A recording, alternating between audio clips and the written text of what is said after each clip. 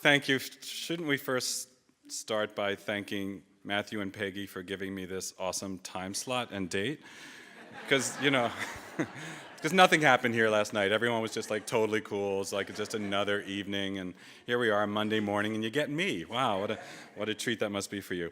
So I'm really, really happy to be here again. We were here last time. Can I just see a show of hands? How many people were in this room for the Boston presentation?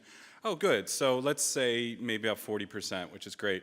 This is going to be really, really different than last time, just so you know. We did a lot of things differently, but before I go into that, I do want to say, since this is one of the first forums in which I've been introduced by Matthew and I it's hard to imagine my professional career without Matthew having been there at a time that kind of got everything started. And for those of you who go way back to Boston, these were the kind of crazy days of the ICA. The first thing I ever worked on was the Mapplethorpe show. And that was my first taste of culture, and people were saying, oh, you're going to go work for a museum, it's going to be awesome, it's so calm, you'll have control of your life. So the first two phone calls I got in what was that former police station at the ICA, do you remember? The first two phone calls, one was from the lead arts writer of the New York Times, and the second was a bomb threat. So welcome, welcome, welcome to the world of culture.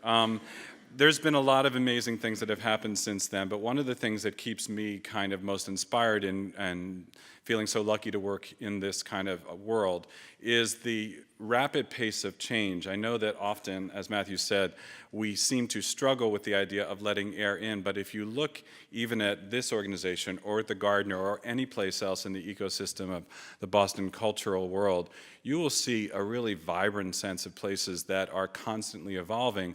And in part, and I think this is one of the themes that you'll see in our research today, because we are in a rapidly changing world. We have never been in a moment like this, and I think perhaps the greatest value that I can provide to people who do the kind of things that you guys do is to help you pull back the camera and say, what does it actually mean in this particular, let's call it a socio-political moment, to try to have the connections that Peggy and Matthew emphasize so much in terms of the relationship between institution and audience. How do we do that? And what does it mean to ask an audience member, prospective audience member, to do anything at all at this moment in time? It's a very interesting question, and that's kind of how we started looking at things. So as Peggy mentioned, this is a big study. Not only is it the largest study in the US, and that's how big it is. We talked to 4,000 people this year. It's the largest study of its kind in the world, and the reason we know that is because we've now been commissioned by the government of Canada to do a Canadian version, and later this year we'll probably do a Scandinavian version as well, all modeled on this. And what we get to do is ask people just a bunch of basic questions about what they're thinking and feeling, kind of a hearts and minds study, at this point in time as it relates to them either being motivated to or not interested in participating in culture, which turns out to be a really interesting, again, barometer of the largest world around us. So we learned a lot of things from the study that 40% of you saw last time because we did a couple things. First of all, we really critiqued it. In presenting it to different places around the country, we learned what was relevant and what was not. And as a result, we created an advisory panel of people who are practitioners from all sorts of different aspects of the cultural world, and we asked them to help us think about what we could do to make it a better study this year. Because one of the things that we do first is we look at every study that's out there to make sure we're not being duplicative, but also to make sure that we're taking some of these things and adding a layer of insight that perhaps isn't accessible in other places. So because it's a tracking study, we try to maintain some consistency. This is the 7th time we've done it since 2001. And a tracking study simply means that you ask a similar group of people, a similar set of questions at varying points in time, because sometimes the greatest insights come not from that single answer, but where it is on a kind of curve. So we knew that it was important for us to protect and kind of be able to take a big portion of what we do and track it to previous studies. So what we did is we took about 1,000 or a quarter of the people that we spoke to, still a really large sample, and used those as our kind of tracking cohort, meaning that what they had to do to get into this base study was similar to what everyone who had participated in the previous studies had done. And most important, we asked them one question, which is, which of the following examples of culture have you participated in at least once in the past 12 months. But for this group, we use the conventional set that we've used in previous studies. You know, I've gone to a museum, I've attended an opera, I've gone to a ballet performance, etc. And that's how they got into this study with, again, a very nice, tight margin of error. That 3.1% means that no number for this portion can go up or down from that. And compared, for example, to a Harris poll in an election year has a margin of error of usually about 6.5%. This is pretty reliable.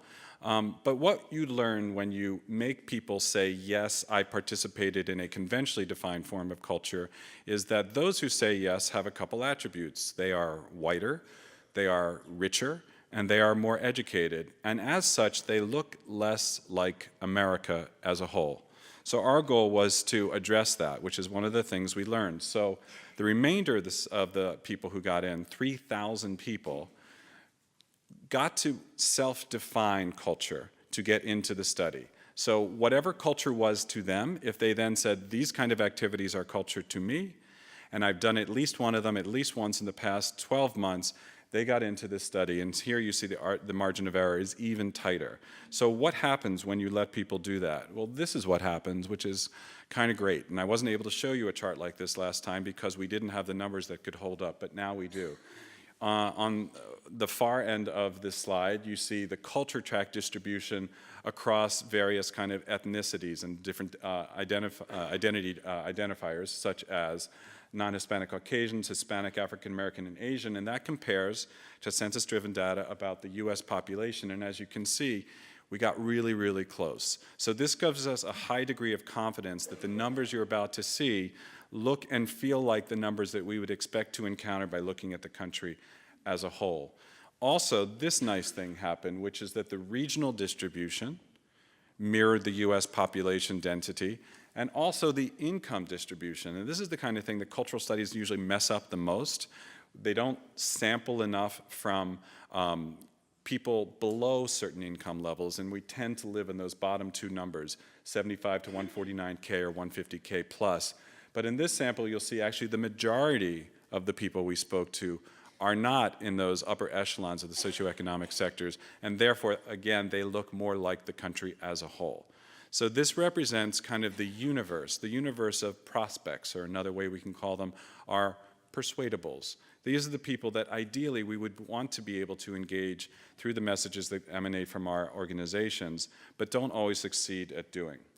Finally, this slide, and as Matthew knows, because we spent a little time on this slide, we just came from San Antonio, Texas last week for the Museum Directors Association, where we talked a lot about this presentation. So everyone knows millennials, can't get enough of them, right? 20 to 35, probably the heart if you have an audience development plan. My hunch is that those are the people at the core of that plan. And then Gen Xers, 36 to 52. Baby boomers, 53 to 71. But I want to pause and tell you why this slide makes people cry. This ugly, stupid slide makes people cry, which it does, because of these guys.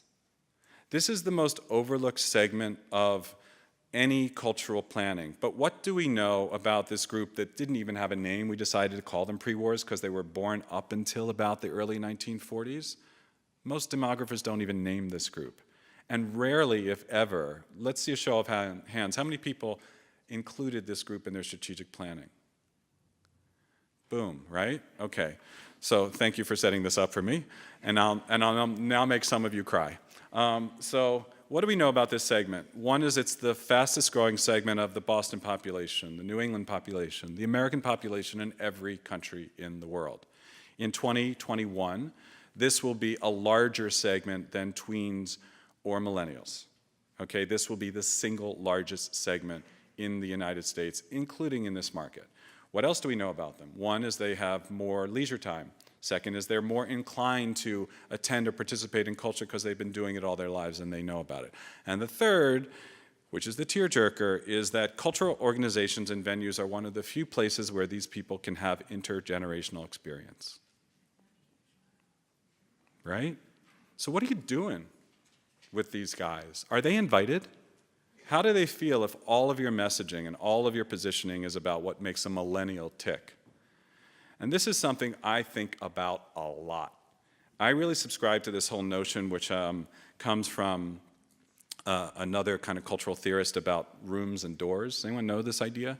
So essentially what they said is your job as a cultural organization, you can either do one of two things. Sometimes you can do them both, but it falls into generally two groups. You're either building doors or you're building rooms. Rooms means that you're going to segment your audience and you're going to create individual, tailored, customized experiences for each of them once they come into your cultural space or even in your virtual space online. Doors means that you are going to make sure that whatever you do speaks to all these people with the idea that once they're inside, they all mash up into this kind of wonderful cacophony of various types of people who then together create social, cultural experience. And I guess if you had to make me choose, I'm a big proponent of doors, and I'm not such a big proponent of rooms because of what these guys want. Because we think there's something amazing, maybe even magical, that happens when you provide a cultural context where these kind of people can come together. So, anybody cry? Anybody at least feel, how about goosebumps? Goosebumps? Yeah? Yeah, like a lot of goosebumps. So, let's get into the numbers and talk about what we've learned this year. Those of you might remember the 2014 study, but let's just talk about what has changed most since then, or what has increased in velocity. One, not surprisingly, is new modes of communication and connection. In this course, we're talking about the influence of digital. We have entire generations of people for whom an experience is not a true or complete experience until it has been mediated by a device, right? Until they've snapped a photo, commented on social media, or read someone else's comment. It didn't actually happen until that happened. A lot of people call these devices now the remote controls of our life.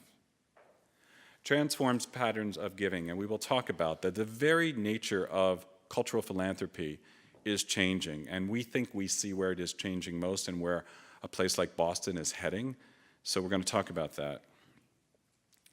And third is this notion of endless options for leisure time. Your competitors are not just the other people in this room, obviously, or the organizations they represent, but rather all the things people can do in that time that they have that they call their own. And you can fill in the blanks, but these proliferate each day. So one of the things that we learned last time is that the very definition of culture is expanding, kind of the difference between that first group of cohorts I talked about versus that second group. That when you ask people what is culture to them, you get very different things. Now, in 2014, what we learned is even conventional forms of culture, such as theater with the Hamilton example, are in themselves changing, and there seems to be new ways and kind of new energy, new perspectives to enliven them and make them relevant to larger groups of people. But even examples such as street art are now, by most of the people we talk to, if you ask them if they've had an authentic cultural moment experiencing street art, they will say yes, on par with going into a museum like this or a private gallery.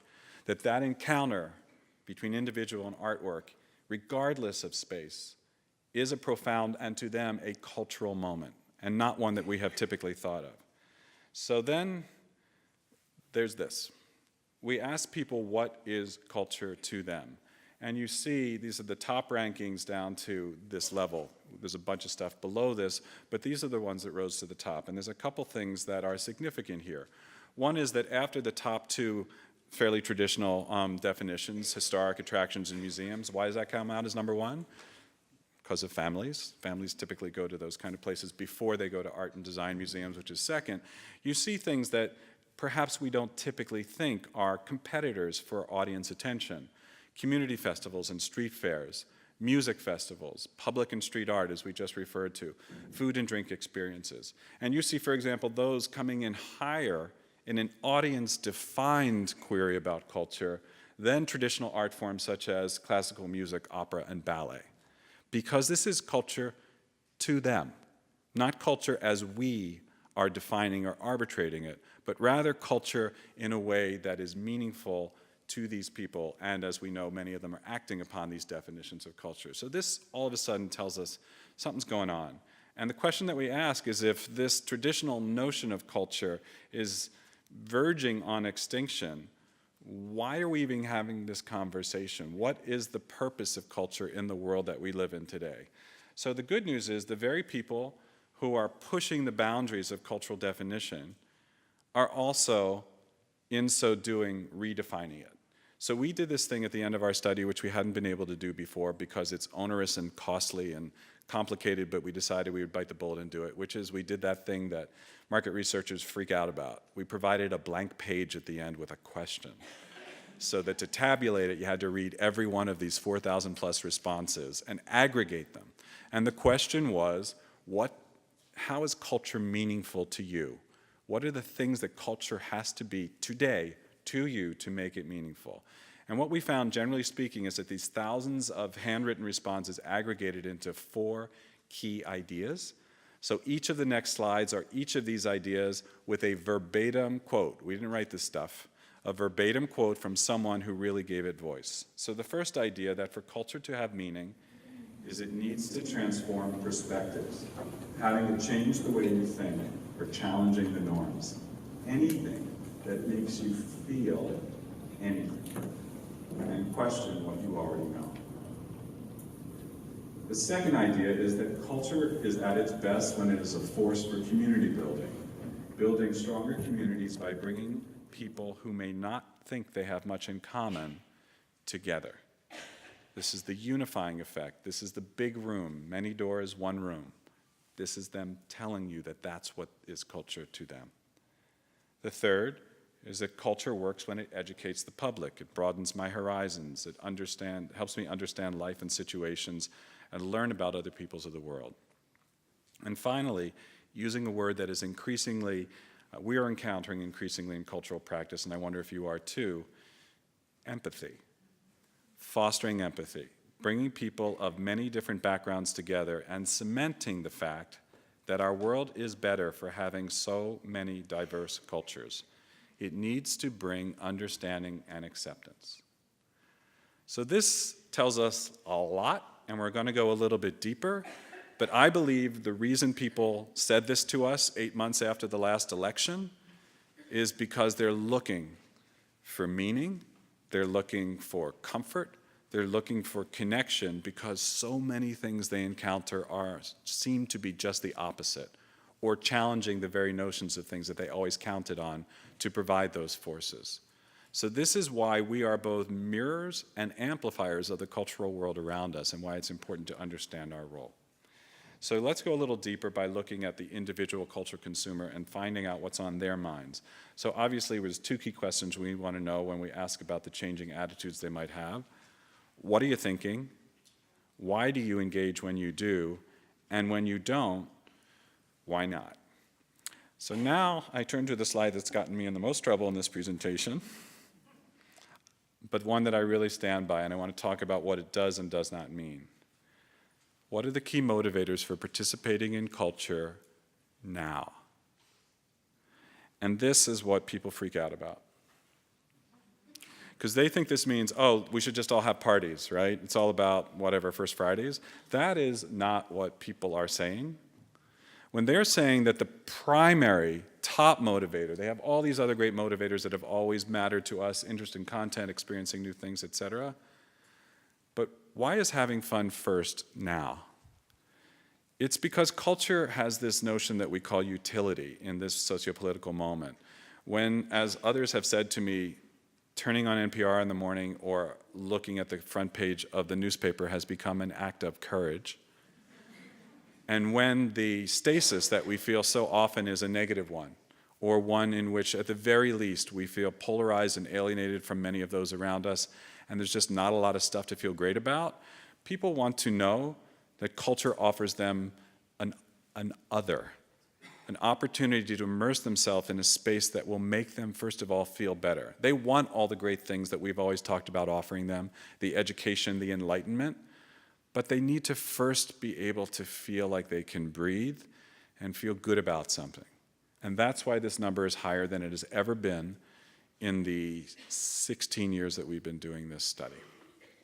So, again, the search for novelty, which has always been somewhat of a driver, is also increasing too, and I think this relates to the proliferation of options.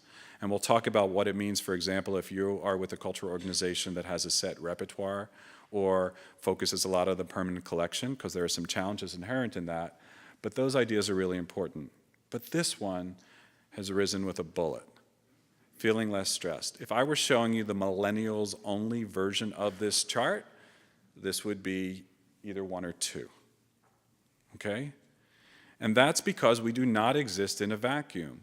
We exist in a world where there is a certain, again, this level of hypercharged or numbed feeling, which some people call anxiety and some people call dislocation. I don't even care what it's called. What I know is that in our research, it shows up as this, that people need an opportunity to breathe and to have this very essential other.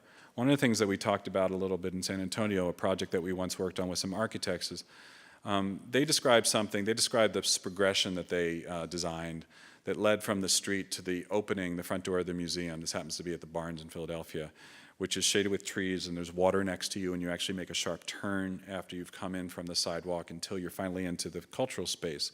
And the architect who designed this, Billy Chen and Todd Williams, said this is a drop shoulder experience. This means that we walk around like this with all of this stress, and that just to get people to neutral, we need to actively be a part of that process. You know, there has been what I call the curatorial presumption of neutrality. There's a lot of words. It just means, like, we just assume you walk into our gallery, you're ready to receive. Okay, you stand in front of that painting, enjoy, right? There's more going on here. And cultural organizations such as the ones that you guys all so passionately represent have agency in this process, have agency in helping people get to neutral so that they can get all the things out of the wonderful cultural moments with the primary objects, the primary experiences that you intend them to get. But what you first have to understand is they are not necessarily ready to receive when they walk in. And if they walk in, for example, and they can't find the restrooms, if the guards or ushers are rude, if there are just logistical issues that add to the pre-existing sense of stress and anxiety, how do you expect them to feel by the time they finally encounter your art moment?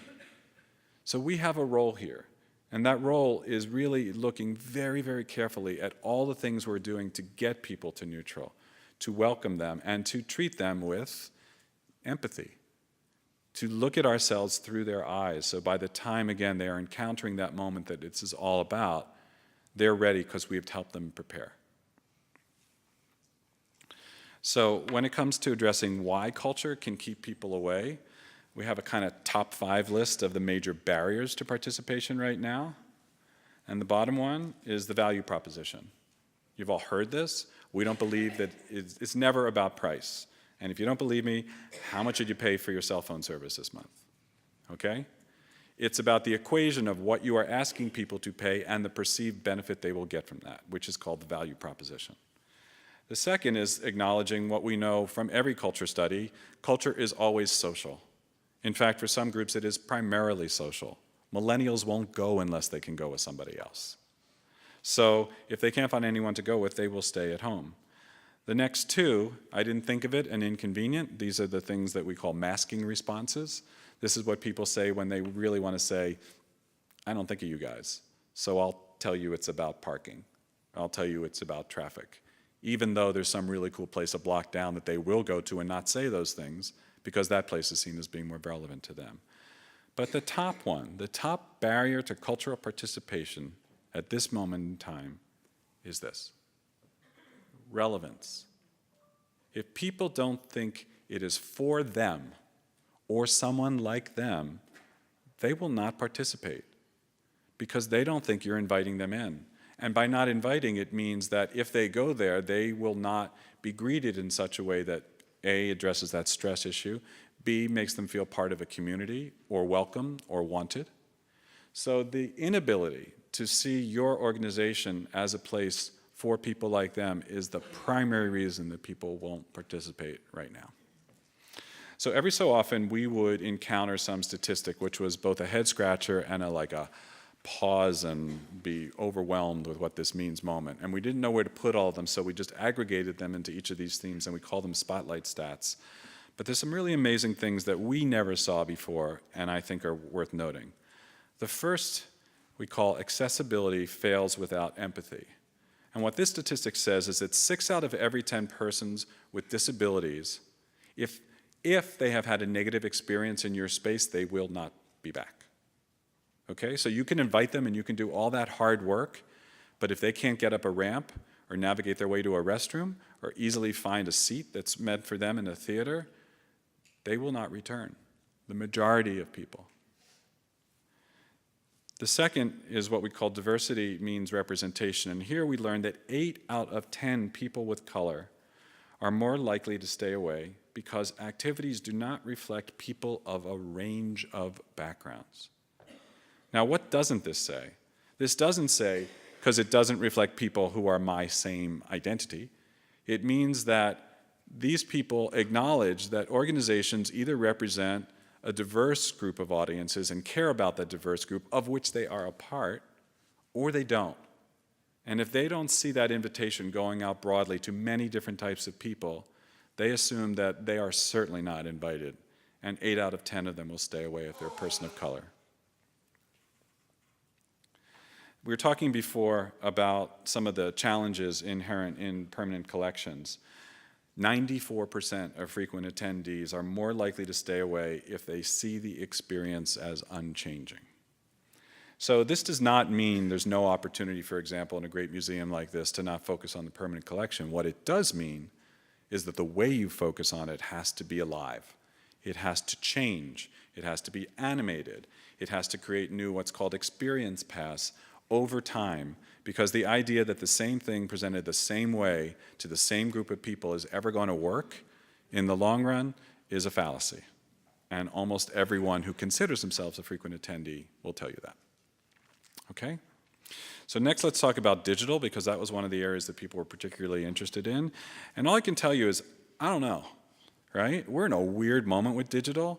And we're getting a lot of signals, and I think if anyone, especially a consultant who wants to sell you an amazing new digital solution, make sure you ask a lot of questions, is all I would say. The cultural world is littered with the corpses of failed digital projects that cost a ton of money and lasted either a very short time or never worked in the first place. It's not because our intentions are wrong, it's because it is an evolving practice that we need to understand where we are in this relationship. So I think the best that we can do is help you ask the right questions. So a couple observations. Audiences have a range of perspectives of how digital currently enhances or detracts from the experience. And let's focus specifically on the idea of using digital on-site. We're not going to talk about your websites. I think that's much more evolved and actually seems an easier thing to address.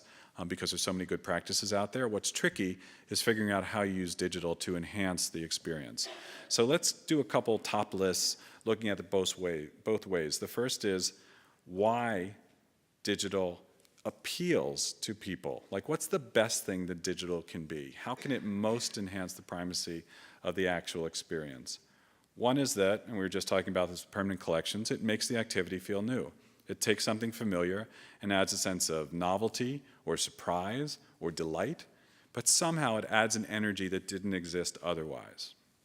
The second is it provides a deeper understanding of content. Sometimes the story cannot be told through a text panel or a theater program. So once in a while, we can use digital to help people go deeper, and that makes a lot of sense. The third is because digital, like everything in culture, is social. So you can share the activity digitally. What do you do? What do most people do, especially generationally younger people do, with digital if they're having a great moment culturally? You do two things. What's the first one? Take a picture, take a selfie. The second? Share it, right? Then you've had the experience. That actually happened, right? And so knowing that digital is providing you with an opportunity on site, and that's why, for example, places like Disney World and a lot of other cliched examples actually have places in the physical spaces where they say this is where a great shot is. This is a great moment. This is a selfie moment or something like that. And the final part is that it provides you just more detailed information. We talked about deeper understanding of content. So the counterpart to this is the idea that people, if they're enjoying something, they want to go deeper, and digital helps them do that. So that's at its best. Now let's look at what happens when people don't like digital, when they see it as a barrier for connecting with the primacy of the object or the experience. The fourth reason why analog appeals over digital is that analog a physical experience provides a better connection to a content, if people perceive that being the case. Because digital is often what we call a heads-down experience, not a heads-up experience. You're staring down at a screen instead of up at a stage or up at an object or up at a gallery. So does that work, right? Is digital becoming an enabler, or is it becoming a barrier to the contact with that primary experience? The next reason why analog is more appealing is because it's just less complicated. I am amazed and kind of horrified sometimes when I see what people are being asked to do in cultural spaces to figure out and become digital experts at whatever technology is being presented so that they can then get the access to the information and content, all the stuff that they want. That's not why they came in. They didn't come in to learn your software or to somehow navigate through your hardware. They came in because they like what's going on or are curious about it. And if digital doesn't help them do that, then that's not good. And similarly, analog is preferred over digital because it enables a more direct contact sometimes, more focus on the activity. But the final one is the one I think is the most important and the most institutionally or organizationally specific, which is analog often feels more authentic to what they think about you as an organization and what their expectations are. So this could be like in a place, and I'm just using this example so much because we're physically here. The MFA is a multivalent organization. There are so many different experiences that one has, both physically and I would say even emotionally through the trajectory of going through a place like this. There are probably some spaces where digital could have an amazing role, or does. But there are probably some other spaces which might be what we call culturally sacred spaces, where it is the disintermediation that makes it powerful. The ability to enable people to have that one-on-one contact, for example, with a space. And that might be the beautiful scholars garden that's outside, for example. You know, do the work. Look at your spaces and your experiences through the eyes of your audience and make this decision yourself, because authenticity, when it doesn't exist, people sniff it in an instant.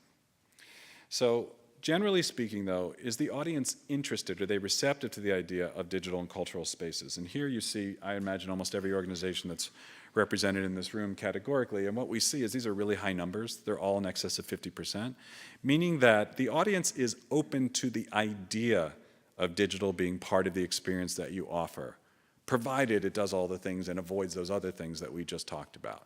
So this does mean, no surprise, we live in a digital world, but how you use it is the question. So again, what we think we can do is just leave you with the questions, not the answers. Those questions being, does the digital intervention you're thinking about enrich or detract from the primary experience? Does it simplify the experience or add unnecessary complexity?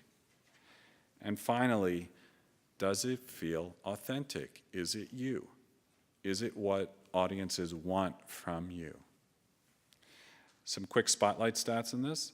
Not surprisingly, parents love digital because it gives their kids something to do, and they do it all the time. So the majority of parents say that digital technology, and for example, just for a matter of fact, any technology we ask them about, we're just using wearable here, would enhance a cultural experience for them because their kids would like it. Interestingly, we didn't know this was true, 31% of people of color are more likely to say integrating social media would enhance their experience. And this might have a lot to do with their being able to form or find community around cultural experience. So that was of note to us. The next section is about loyalty, and loyalty typically has been traditionally defined in two very insular ways. If you're a visual arts organization, it's a membership. If you're a performing arts organization, it's a subscription. And as you know from the last study, it's not looking so good overall. There are some exceptions, but since 2001, there's been a flatter downward trend, which we call cultural promiscuity. And that's just a saucy way of saying it's easier and easier and easier for people to pick and choose and self-curate and self-program. They don't need you to tell them what to do.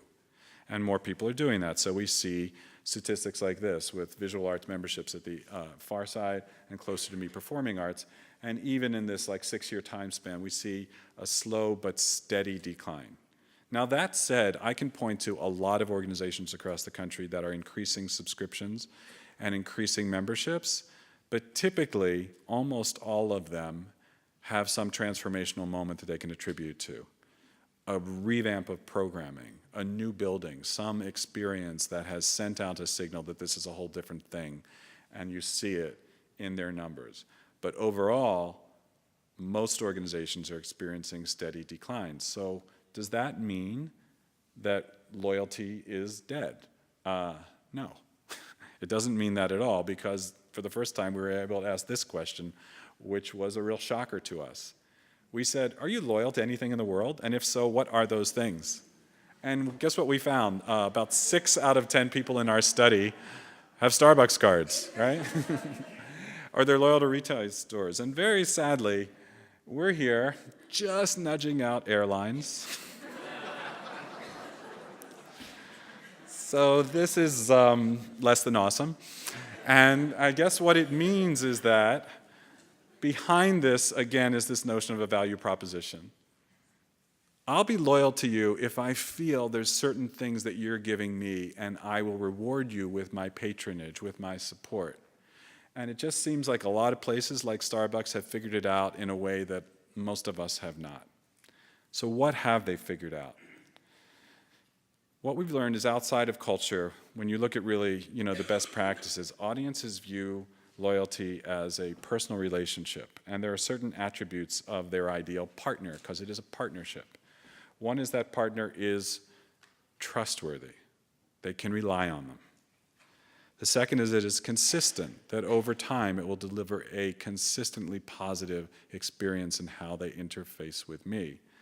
And the third, a word you never see in cultural research, they're kind.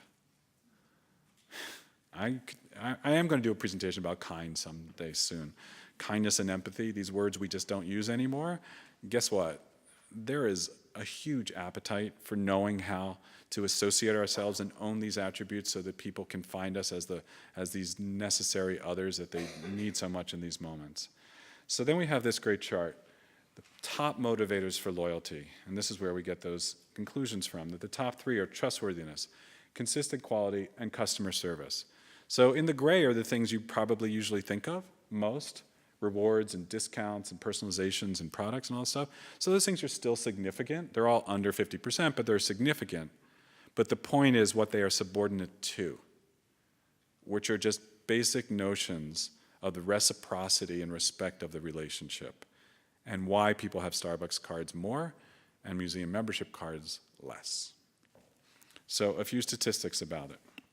With parents, not surprisingly, keep it simple. Okay, 21% are more likely to join a loyalty program where they see the benefit as simplifying their planning. Why?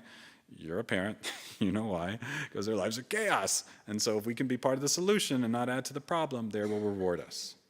This next one we thought was a throwaway, and it turns out to be kind of huge. For younger generations, to tweet is to care. 1/3 of younger generations feel that engaging on social media is loyalty to them. So we always define it, well, it's got to be membership or subscription, or maybe at a higher level. We'll talk about philanthropy in a moment. What these people say, I will cite one of my Stanford students who said this most directly, and it kind of freaked me out, but then I'm like, all right, that's true. He said, my social presence is my identity to all these people that know me through my social presence. I only endorse things that enhance my identity, and therefore I have to believe in them.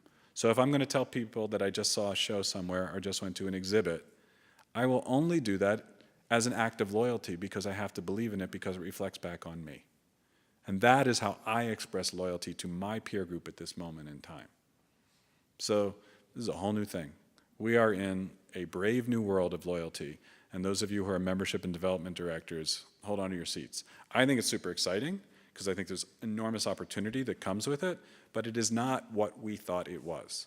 And just as a quick historical reminder, the first theater subscription, I think, occurred in the 1970s, and it was about getting people to help theater organizations stabilize their income stream, right? It wasn't about providing greater service, it was a financial thing, and we figured out some way we could talk about that got people to do this.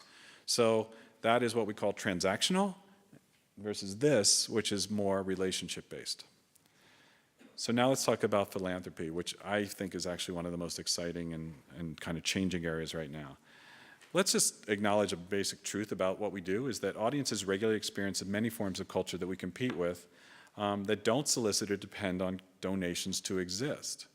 But audiences still give consistently to organizations that do. In fact, when we ask about their intention to give, we see an increase in the possibility that your audiences will support you philanthropically.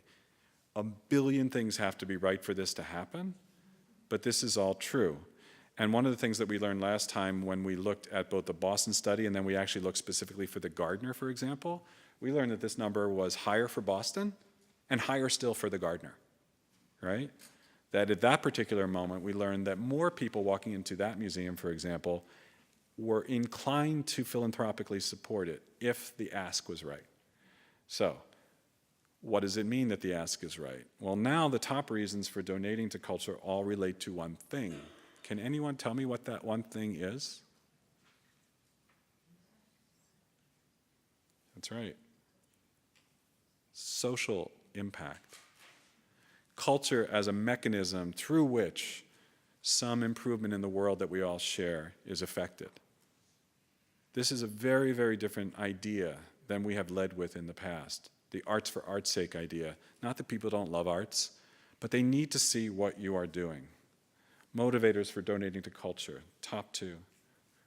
Top 3, belief in mission. I want to impact the community, and I want to impact the world. So again, this is the flip side, perhaps an unintended positive consequence of this very fraught sociopolitical moment, where people need to think that by affiliating themselves with you, they're not just helping you, they're helping you help the world. And the world can be defined as Brookline, or the world could be defined as the universe. So, and the reasons on the other side that people don't donate to culture, the top one being other causes have greater impact, or the one that's tied with, or I only give to one cause, see above. So here's a question we never asked before. What are those other causes that have greater impact? And here they are. Comparative appeal by philanthropic cause. And what we see are these areas in which the social impact is really at the heart of what they do, giving to children's causes, religion, health, animal welfare, education, etc. That these types of organizations, these sectors are just better at making the case that you help them, they will help the world. And here's where we are. And what really saddens me about this chart is what's right below us as well, environment, at only 17%. So what does this mean? Well, I think it means a bunch of stuff. I think among the things it means is that the best practices do not arise in rooms like this. The best practices arrive by looking at other organizations in other sectors that have figured this out and learning from them. And also expressing what we do in a way that we have never expressed it before. And we call this the new philanthropy. And there are places where we see it in practice. I'm working a lot in the Bay Area right now. There's a fantastic study that the Packard Foundation did called the Giving Code, which I encourage all of you to read. It's all online, which essentially paints a picture of a philanthropic community that is what the entire country will soon be, driven by entrepreneurship and a sense of active reciprocal relationship with the cultural organization to achieve impact. So the key characteristics are establishing a dialogue-based relationship. These are people who are actively interested in what you're doing.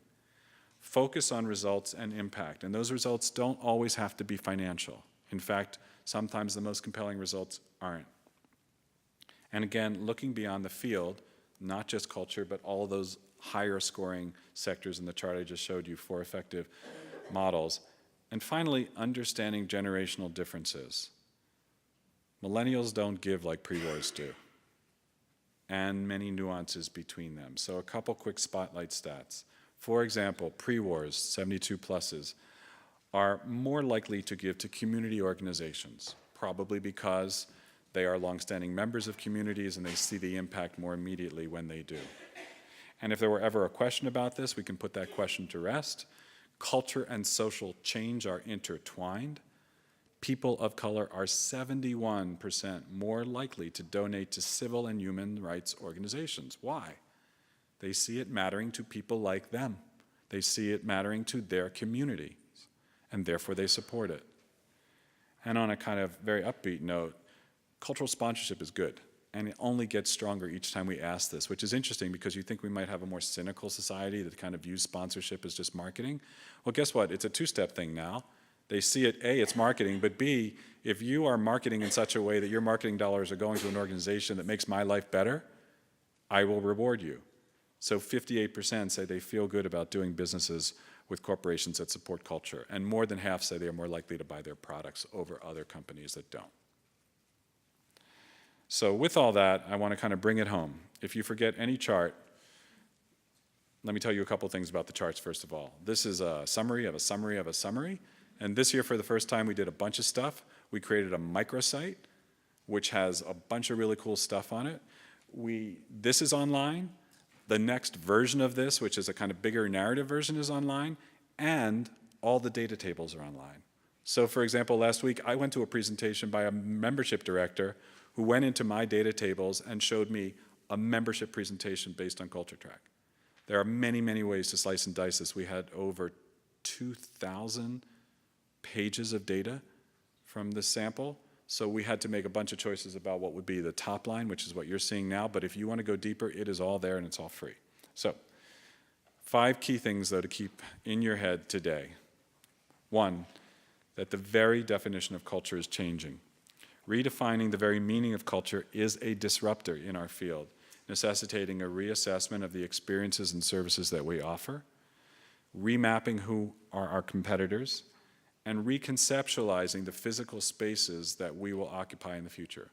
So, a whole nother discussion, but one I'm super interested in, particularly because we work with so many architects who are building cultural space. The cultural space of the future is going to look a lot different than the cultural space of the past has, because of all these things that the audience is telling us, the things they want to experience and feel. And it's a really interesting moment to reconceptualize both existing spaces as well as think about, if you're thinking about some renovation or an addition or perhaps moving, what should that space be like? Second is meaning. One of the great phrases in our field is the notion that a great audience member is someone who seeks to make meaning through the content that you provide them. So for culture to matter, it must enable people to find or make meaning. But at this particular socio-political moment, reducing stress, providing fun, and offering perspective are preconditions.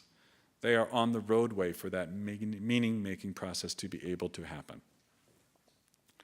The next is the notion of tech. Audiences have what we call nuanced attitudes towards digital versus analog for enhancing their cultural experience, and it is not only likely, it is a certainty that one size does not fit all, even within the same organization. The fourth is loyalty, with loyalty now rooted in trust, consistency, and kindness. Empathic, service-focused relationships will replace existing transactional ones. And the final one is an acronym that I'd like you to consider using in the future because I think it's important and it's not from us, but we believe it. SROI. The future of cultural philanthropy will be interest-tailored and impact-driven with greater emphasis on SROI, social return on investment. How many lives were affected? How many communities were served? How many people benefited by what you did? And again, sometimes it's quantitative, sometimes it's qualitative, sometimes it's financial, sometimes it's just a metric. But the more you're asking people to support your efforts in doing this, the better you need to be at answering the SROI questions. So this is the URL for the microsite. I encourage you to play around with it. There's a bunch more there than we have shared today. And there are many other ways of reaching it, and may you take it and do all sorts of things well beyond our imagination, because that's the whole point of it. And with that, I want to thank Peggy, thank Matthew, and thank you guys for being here today.